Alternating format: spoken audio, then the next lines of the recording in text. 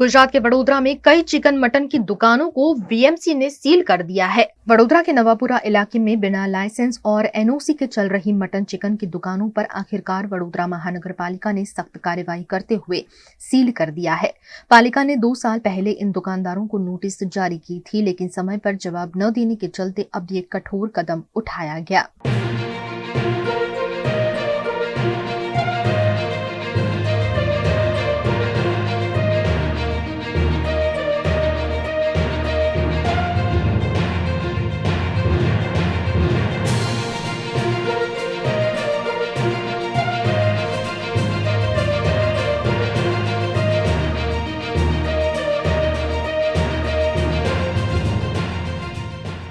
वडोदरा महानगर पालिका की मार्केट विभाग और स्वास्थ्य विभाग की संयुक्त टीम ने आज नवापुरा इलाके में मौजूद 14 मटन और चिकन दुकानों को सील कर दिया।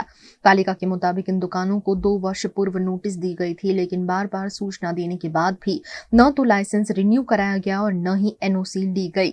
सिर्फ यही नहीं, 3 दुकानों द्वारा बनाए गए अवैध ओटले भी तोड़ दिए गए। इन दुकानों से न तो मान्यता प्राप्त स्लॉटर हाउस से मटन चिकन खरीदा जा रहा था और न ही इनके पास गुजरात प्रदूषण नियंत्रण बोर्ड का कोई वैध लाइसेंस था।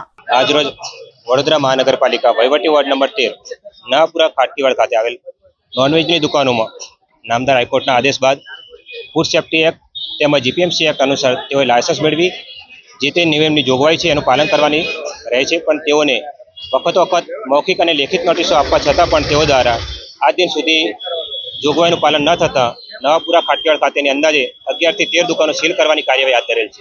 નવાપુરા ખાટકીવાડ ખાતે જે 12 થી 13 દુકાનો છે, જે નોટિસ પણ આપવામાં આવી હતી, ફૂડ સેફ્ટી પ્રમાણે એને 1.5-2 વર્ષ પહેલા બંધ પણ કરવામાં આવી હતી, છતાં પણ નિયમોનું પાલન ના કરેલું હોય, હાઇજેનિક કન્ડિશન જાળવેલ નથી અને શેડ્યુલ 4નું પાલન ના કરેલ નથી। માર્કેટ શાખા અને બંને સંયુક્ત કામગીરી કરીને દુકાન સીલ કરવામાં આવી।